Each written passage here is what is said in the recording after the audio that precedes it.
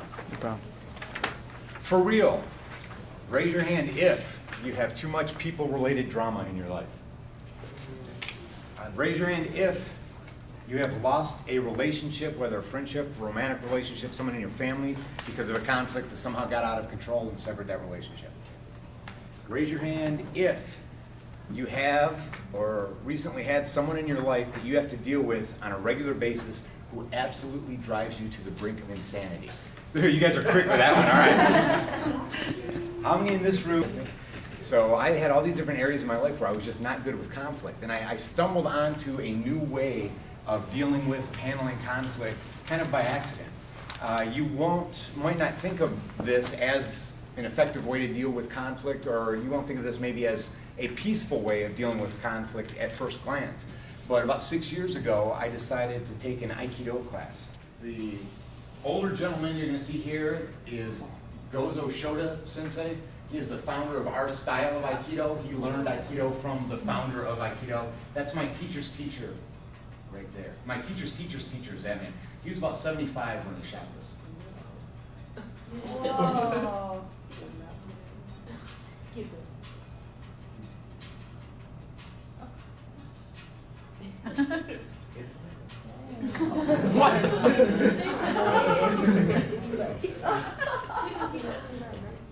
And Aikido actually comes from the sword. All our movements were originally defenses against the sword. This is Randori, multiple attackers. What?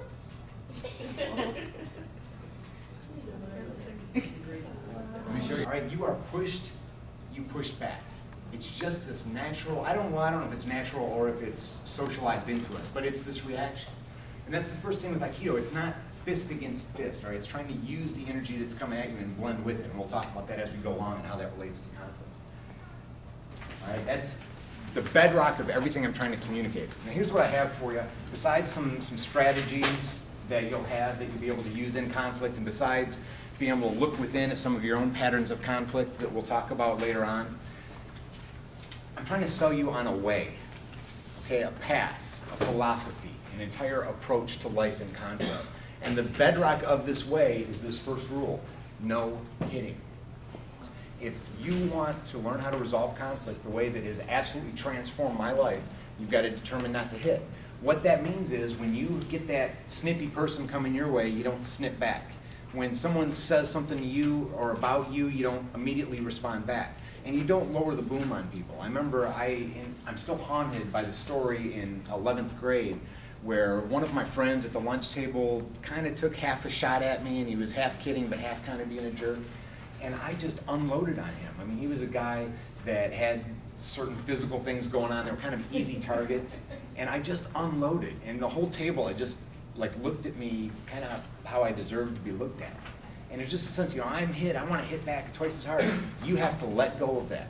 Aikido is an open-handed art. If you think about it, none of our techniques involve punching. It's all open-handed, catching and moving with the energy. So no hitting is the number one rule. If you want to take these Aiki techniques that I'm going to teach you, none of them will do you any good unless you're going to stick with that promise that no matter what, someone's rude to you, you don't have to be rude back. Someone attacks you, you don't attack back. And that's a tough thing. It's a tough thing. But ultimately it works. Bruce Lee said this. He said, if a man grazes your skin, you smack his flesh. If a man smacks your flesh, you break his bone. If a man breaks your bone, you take his life. And yeah, it sounds like, yeah, that makes sense. But the scenario at the end of that